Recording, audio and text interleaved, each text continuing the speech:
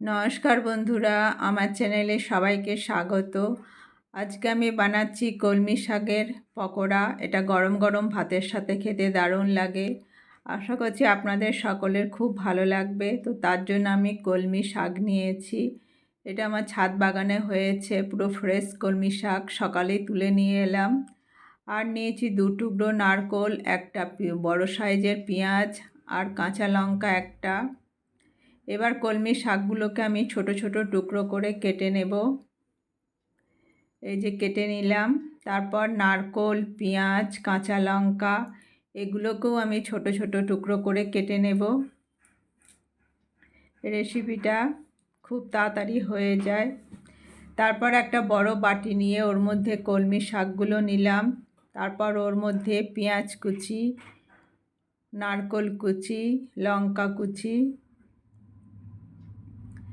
সব দেওয়ার পরে পরিমাণ মতো এবার নুন দিলাম, অল্প একটু হলুদ দিলাম, আর পোস্ত আর কালো জিরে দিলাম। এগুলো দিলে পকোড়ার খেতে টেস্টি হয়। তারপর দিলাম 5-6 চামচ মতো বেসন। এবার সব কিছু আমি ভালো করে মিশিয়ে নেব। আমি জল দেব না, কেননা শাকের মধ্যে নুন দিলে জল বেরিয়ে যায়।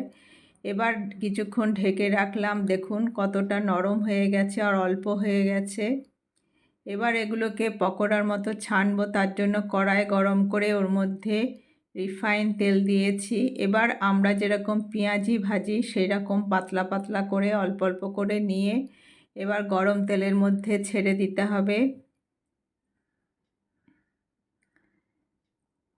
তারপর এক সাইড হয়ে গেলে গ্যাসটা এই সময় মিডিয়ামে রাখতে হবে, না তো ওপর থেকে পুড়ে যাবে, ভিতরে কাঁচা থাকবে। একটু টাইম নিয়ে ভাজতে হবে। এক সাইড হয়ে গেলে উল্টে দিলাম। এইভাবে একবার বানিয়ে দেখবেন, খেতে সত্যি গরম ভাতের সাথে দারুণ লাগে। দুই সাইডই দেখুন এবার হালকা ব্রাউন কালার হয়ে গেছে। এবার এগুলোকে আমি তুলে নিলাম। এইভাবে সমস্ত পকোড়াগুলো, কলমি শাকের পকোড়াগুলো আমি ভেজে নিলাম। রেসিপিটা ভালো লাগলে অবশ্যই লাইক, কমেন্ট, শেয়ার করে আমার পাশে থাকবেন।